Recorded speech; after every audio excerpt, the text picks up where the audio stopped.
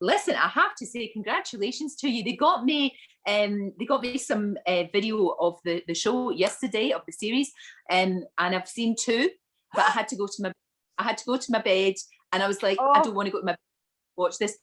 It's really, really good. Congratulations. Oh God, thank you so much. I'm trying to see if I can get you on hang on, what have I got? Gallery view. Oh, there you are. Yes, there you are.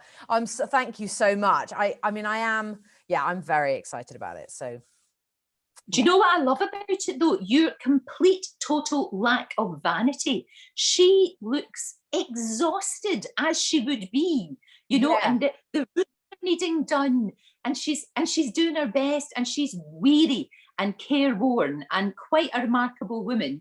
But you've got no vanity at all. I don't think you've got a scrap of makeup on. No, well, I've got a little bit on now, but I certainly haven't got any on in the. I haven't got any on in the show. Yeah, Mare is she's a woman who is, you know, she's in her 40s. She's a mother. She's also actually a grandmother. Her 4-year-old grandson lives in the family home with her, and she's juggling a huge amount in life. She's sort of seen as a bit of a local hero in many ways, because she made a shot in a national championship basketball game as a teenager, and it sort of put the town of Easttown really on the map. And so people sort of turn to her for a lot and admire her for an enormous number of reasons. And she's a sergeant detective of the town, and people will call her for everything. And she's holding it all together whilst dealing with an enormous personal crisis of her own, some grief that she hasn't processed at all, that starts to unravel as each episode plays out, whilst also being in charge of trying to find the killer of a local girl who is murdered in episode 1.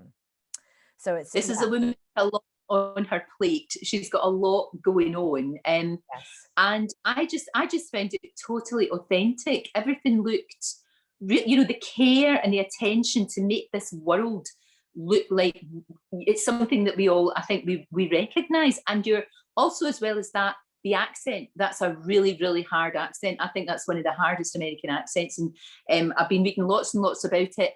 Everyone agrees, even people from Philadelphia, you nailed it.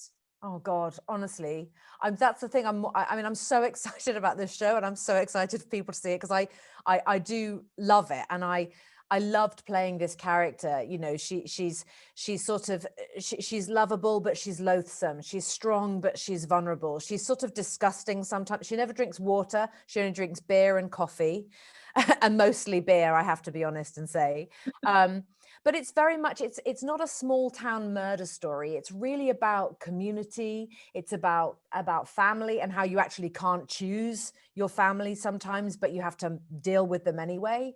And it's about survival, you know, it's about human nature and mercy as well, and forgiveness, and all of those very important themes. And the dialect, yes, it's set in Delaware County, just outside of Philadelphia, and it is a difficult dialect to do. You know, there are lots of different American accents out there, but this one really sort of kicked me in the pants. And I was just determined not to get it wrong, because yeah, you know, the world can be quite critical if you get something wrong. And so yeah, I did spend a lot of time working on the accent, spent a lot of time with locals, and lived there in order to sort of immerse myself in it as much as I could, and was lucky to have a lot of support from the people of Easttown and Marple Township. So yeah, it was a great experience, really. And I think all those themes there that you mentioned, really important in these times. I mean, that's one thing I think we've all learned, is it's just how important family is, and stuff that we took for granted, you know, just like going into a pub and having a beer. Can't do it at the moment. Hopefully we will one day soon, but it has really, everything has changed so much, which is why I think it's so important that we've got a movie business, for goodness sake. I know. And I have to say, like, you know, I was talking to the writer of Mare of Easttown, Brad Inglesby, the other day, because I was an executive producer on the show as well, which was new for me, and I absolutely loved it. And it has meant that in the edit and in them finalizing the details of each episode, I've also been really involved in that, which has been absolutely wonderful. But I was saying to Brad the other day, you know, part of playing Mayor Sheehan in Mare of Easttown has almost gotten me through COVID. I had a sort of like a surrogate family in many ways by being a part of this community of people when we were at work. And I loved playing this role so much that actually sort of letting go of her weirdly has been harder for me than it normally would be. I think because she became a bit of a, almost like an alter ego for me in many ways. She became everything that I would probably myself never dare to be, but also she became a kind of an outlet for all that stuff that in lockdown, as you say, none of us have been able to do. And just that sense of human connection that we crave so badly. I mean, I'll admit it, I had a couple of really down weeks in January where I just was craving diversity and a cup of tea with a friend. You know, we've all been touched by this virus in some way, and yeah, I think with having a show like Mare, which is so infused with family and community spirit, you know, hopefully will be something that people will really enjoy being able to watch. And I think so many people are going to relate to that, because we've all felt overwhelmed. You know, it doesn't really matter how famous you are, you know, how well you're doing, all of these things. We're all human beings. And we have had those in the morning, oh my goodness me, I'm anxious. Especially, I just worry for our kids as well. I mean, your children are growing up. I can't believe your wee girl's 20. That's mind blowing. Mia's 20 and acting, Lorraine, and acting. Wow. And she's actually in she's away just now in the Czech Republic, about to start work on a little TV series over there. So that's been a wonderful thing that I think I knew was coming. Actually, I think I always suspected, and then sure enough, a couple of years ago, she turned around and said, you know, I think I would like to give it a go. And what's been great for her, what's been really great for her, is that she has a different surname. So that initial job out of the gate, she slipped right under the radar, and the people who cast her had absolutely no idea that she was my daughter. And of course, that was my biggest fear and most important for her self-esteem, of course. And I know that you're going to be in one of the biggest films everybody's waiting for, is of course Avatar 2. That, I mean, that's all things that we need.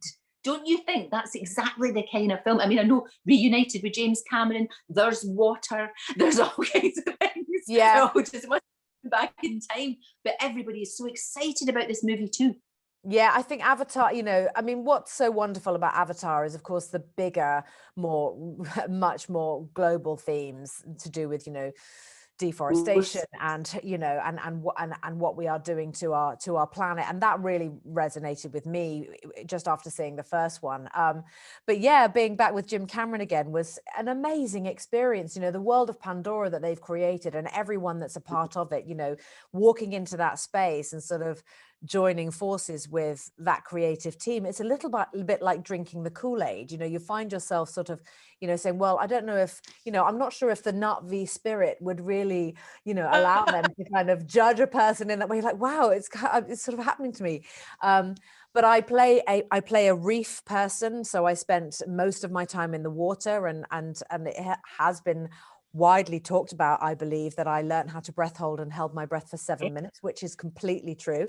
And I'm very proud of that. You know, this job is extraordinary, Lorraine. You know, the things I find myself learning and doing and experiencing, and the people I get to meet, you know, I never tire of it. You know, I feel so blessed to have, you know, have had such a wonderful time so far. And yeah, Avatar was definitely no exception. Oh, absolutely. And you're right. You see so many different things. I mean, me and my daughter watched Sense and Sensibility the other night again. It's like a comfort. I know that was a while ago, but there is just something so comforting about how well that's written and how well it's done. I just needed it. Yeah, you know, I can understand that. You know, Sense and Sensibility, I was 19. Can you believe I'm 45 now? Can you believe it? I know. No, I was 19. Look about 12. No, I 100% don't, but thank you. Yeah, well, you'll see in Mare of Easttown, I mean, no makeup. I mean, I barely put a brush through my hair, but that was part of the character. You know, we really wanted to make sure we got that in there, you know, that this was a woman who didn't have time to look in the mirror. But Sense and Sensibility, you know, there's something very beautiful and sort of wholesome and old-fashioned romantic about that film. It's yeah, very sort of comforting to watch. I can understand why you would snuggle up and want to watch that with your daughter. That's lovely. Fantastic. As was Mare. I like Mare a lot. She's my kind of woman. I like Mare of Easttown. She was really my kind of woman too. I tell you, I miss her. I really miss playing her. Like, it's such a strange thing. You know, she wears a jacket, you know, people will see she wears this kind of just brown, like waxy barn jacket for the whole show. And I kept it, and it's hanging on my peg in the house. And I do have days where I just like put it on. I'm just like, okay, that's better. Okay, Mare. All right. She was such an escape for me. Like, she just, well, people will see, like, there's something about the character that was just, just a lot of fun, hard, but a lot of fun to play her.